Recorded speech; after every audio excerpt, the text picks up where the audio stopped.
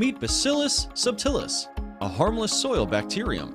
Like most bacteria, Bacillus cells grow by producing identical copies of themselves. What makes Bacillus fascinating is the variety of behaviors that it displays under stress.